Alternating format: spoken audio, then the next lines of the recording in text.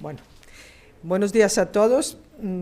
Soy Mira Milošević. Estoy aquí en calidad de codirectora de este Campus FAES 2021 que he coordinado con Miguel Marín, y simplemente quería desearos bienvenida a esta sala de Abertis, agradecer a Abertis por cedernos esta sala en estos tiempos de grandes restricciones y complicaciones para la organización de estos actos.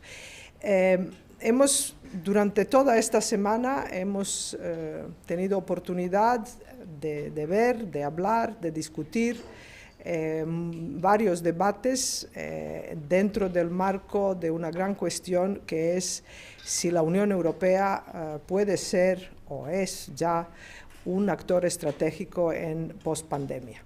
Se han turnado varios expertos, han estado varios colaboradores tanto de España como de extranjero, y hemos abordado muchos temas. Yo, antes de dar la palabra al presidente Aznar, al presidente de la Fundación FAES, simplemente quiero hacer tres agradecimientos. El primero va para el Ministerio de Exteriores, que ha financiado este proyecto dentro de las jornadas Hablamos de Europa. El segundo va, por supuesto, a nuestros colaboradores y a todos los que nos han visto a través de Zoom, a través de la página web de la Fundación FAES y a través del canal YouTube de la Fundación FAES. Y por último, aunque no en último lugar, quiero agradecer, por supuesto, a los que han hecho posible esto, que es el equipo de la Fundación FAES y de toda la gente que ha ayudado en la organización, que ha seguido todos estos eventos online, y por supuesto al Departamento de Comunicación de la Fundación, que se ha ocupado de divulgarlo. Sin más, por favor, presidente, la clausura de estas jornadas le corresponde al presidente Aznar. Vamos.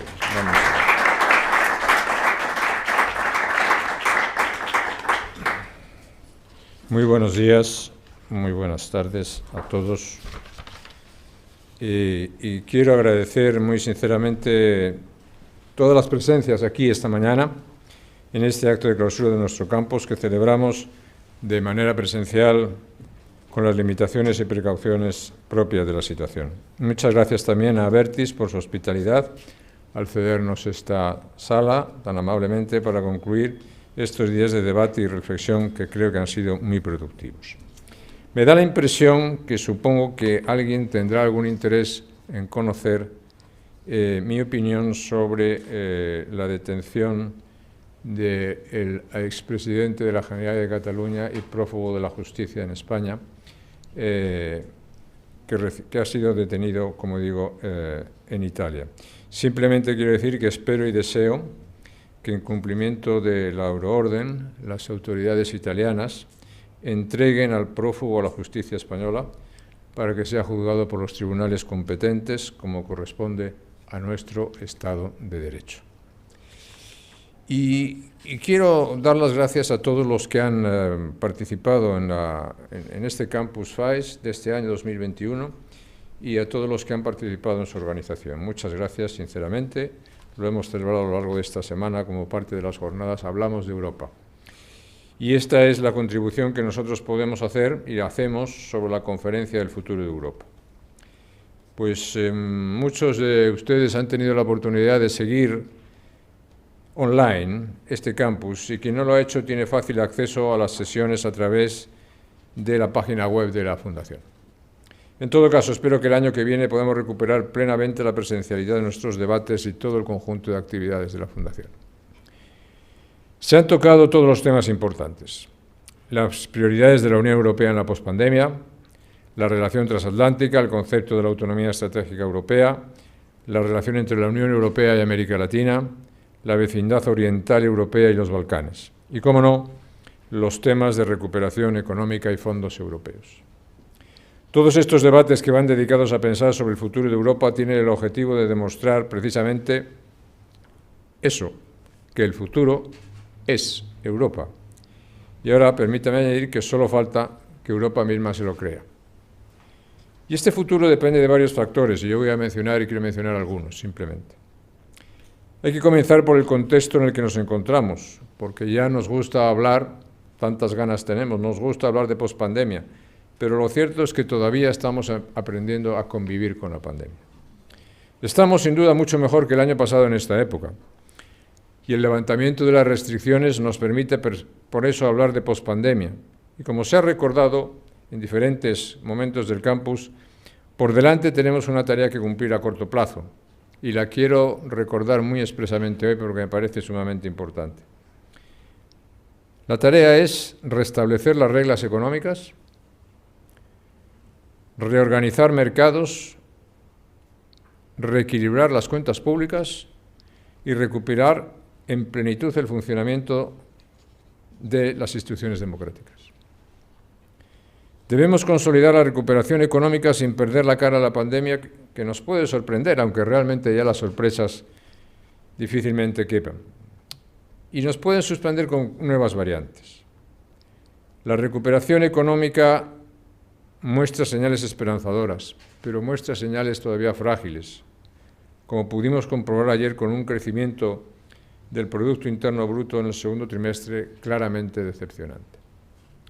En todo caso, si podemos hablar de recuperación de una crisis que sin nada ha tenido que ver con la crisis de deuda es en gran medida gracias a la intervención de los bancos centrales, principalmente la Reserva Federal y el Banco Central Europeo, que han inyectado ingentes cantidades de liquidez.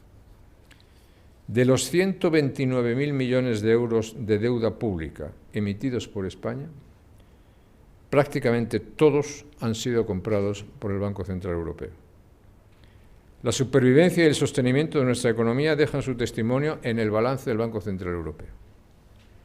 El famoso whatever it takes ha tenido segunda ronda y de nuevo un papel decisivo para evitar el colapso económico y social al que nos exponíamos. Pero parece que ahora las cosas van a ir cambiando. La retirada de los estímulos del Banco Central Europeo está cada vez más cerca y habrá que graduar con mucha prudencia y con responsabilidad la salida de nuestras economías del actual contexto de estímulo masivo. Me parece evidente que quienes abogan por la comodidad de una prolongación indefinida de estos estímulos viven fuera de la realidad y que lo único que pretenden es hacer pasar la consolidación de instrumentos coyunturales contracíclicos a nivel europeo por la pretensión de instalar a nuestras economías en el recurso indefinido a la deuda, que a su vez evita y elude las necesidades de reformas modernizadoras que España requiere. Es verdad que el contexto global ha sido favorable durante mucho tiempo y no va a cambiar de un día para otro, pero también sería muy bueno que fuésemos escuchando aquí y allí, aquí en Madrid y en Bruselas, algún mensaje más de prudencia en este sentido. Tenemos niveles de déficit y de deuda que en otras circunstancias resultarían insostenibles y que en todo caso nos hacen extraordinariamente vulnerables. Antes de la pandemia ya no fuimos capaces de aprovechar la recuperación de un crecimiento robusto para poner en orden nuestras cuentas públicas. Pues bien, yo creo que los cimientos del futuro de Europa serán resultado de las tres transiciones en las que se encuentra actualmente la Unión Europea. La transición tecnológica, la climática y la geopolítica. Las tres se han acelerado durante la pandemia, y no solo por ella. Aunque sabemos cuál es el propósito político y económico de estas transiciones, no sabemos ni mucho menos cuál va a ser su resultado final. La transición tecnológica refleja la rivalidad geopolítica entre Estados Unidos y China y pone de relieve que la interdependencia que nos ha regalado la globalización se ha convertido en la vulnerabilidad que pueden aprovechar distintos adversarios, como por ejemplo Rusia, Irán, Venezuela y, por supuesto, la misma China. También está claro que la Unión Europea puede quedarse como un papel del observador de esta batalla, que no solo marcará el futuro de Europa, sino el futuro del orden liberal internacional en el siglo XXI. Y es allí donde nosotros, los que creemos en los sistemas políticos democráticos y representativos y en sus valores, los que sostenemos la capacidad de impulsar el libre comercio, tenemos que ser conscientes de al menos dos cosas. La primera, que el orden liberal internacional está cambiando, y la segunda, que está siendo atacado y socavado por enemigos internos y externos. Estamos viviendo probablemente la crisis más grave en el orden mundial después de la Segunda Guerra Mundial. La pandemia aceleró la tendencia, como he dicho, de poner en cuestión lo que ya estaba en cuestión, que era el orden nacido de la Segunda Guerra Mundial. La retirada, o por mejor decir exactamente, la rendición de los Estados Unidos en Afganistán, ha confirmado de nuevo y de una manera muy dramática los cambios en la gobernanza global. La pandemia demostró que las instituciones multilaterales no han sido capaces de articular una respuesta global a un problema de carácter global, así como una ausencia de liderazgo internacional capaz de concitar los mayores esfuerzos, objetivos e instrumentos en favor del combate a la pandemia. La ausencia de liderazgo por aquellos que lo podían ejercer, especialmente por los Estados Unidos, ha sido una ausencia realmente clamorosa. Esta es una buena razón para valorar la actuación de las instituciones comunes de la Unión en el apoyo a la investigación sobre vacunas, el aseguramiento de que todos los Estados miembros tendrían acceso al volumen necesario de vacunas sin necesidad de competir individualmente por ello, y la constitución del Fondo Next Generation. La pandemia ha creado una serie de problemas sanitarios, políticos, económicos y sociales, pero también diferentes oportunidades. Pero una de las mayores consecuencias, sin duda, es que ha acentuado el cuestionamiento del orden liberal internacional. La retirada de los Estados Unidos de Afganistán ha sido otro golpe, y muy duro, a ese orden.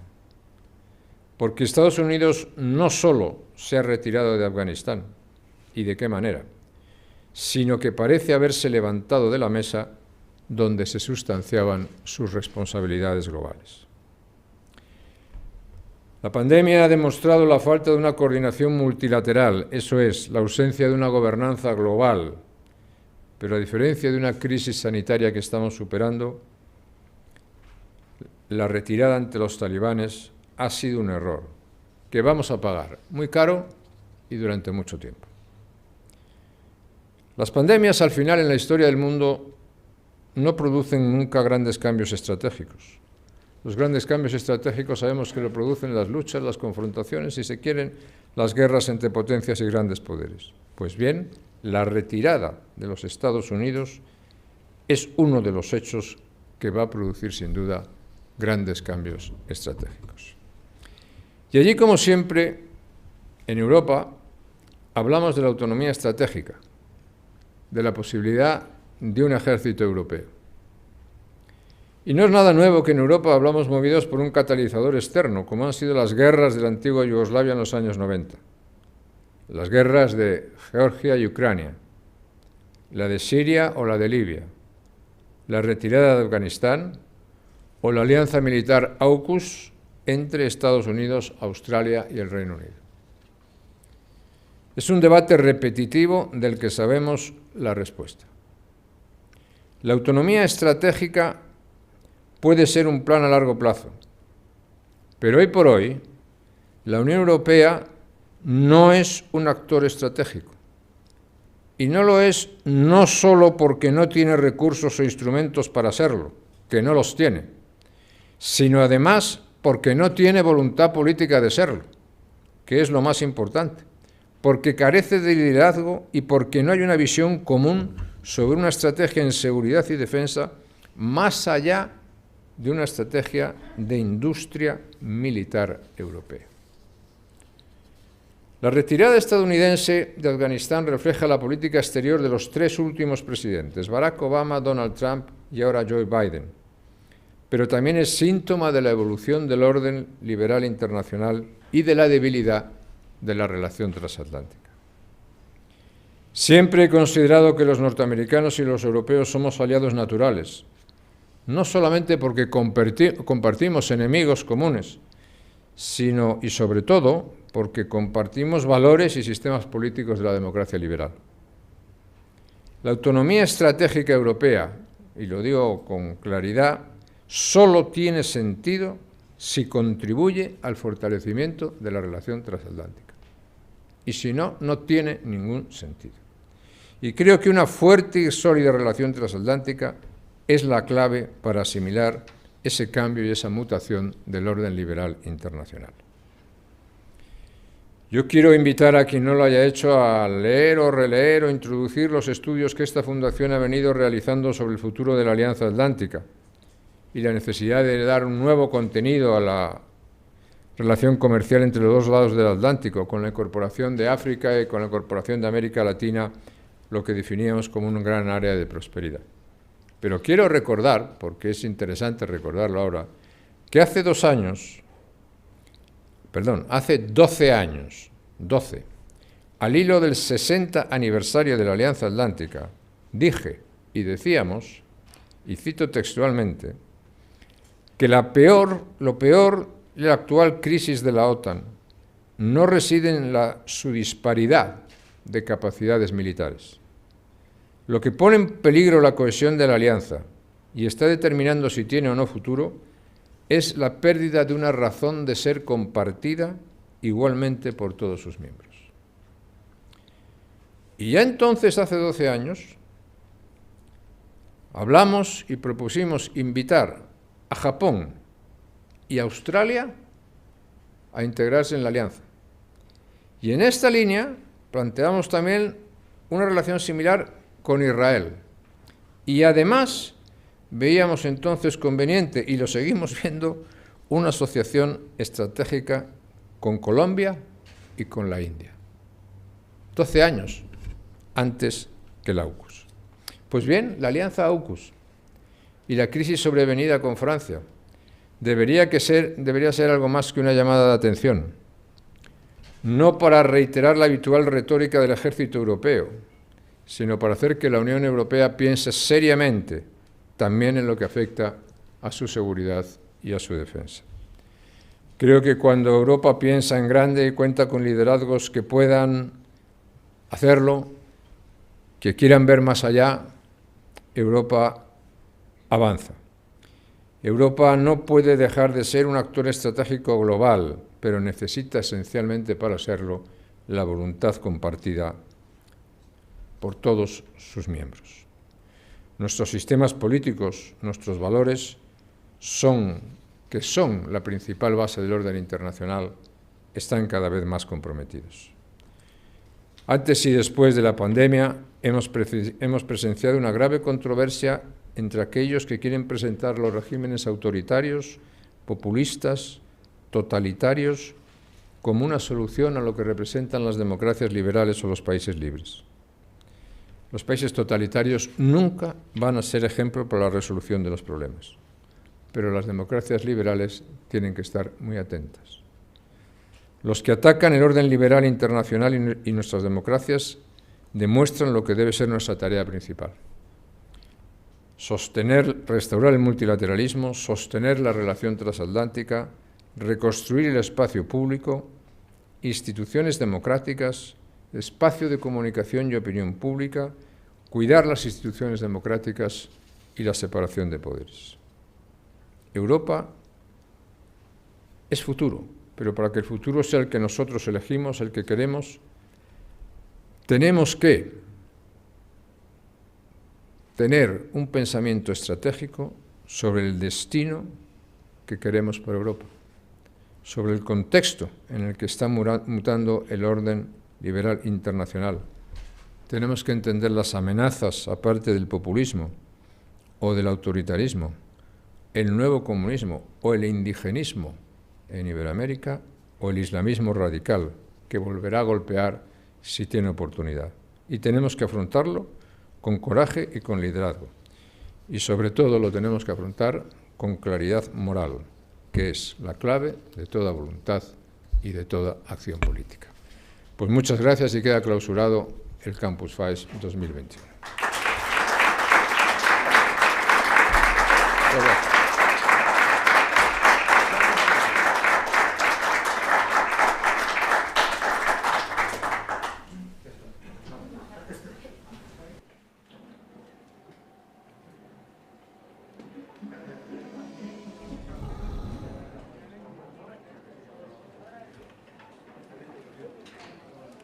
acaba,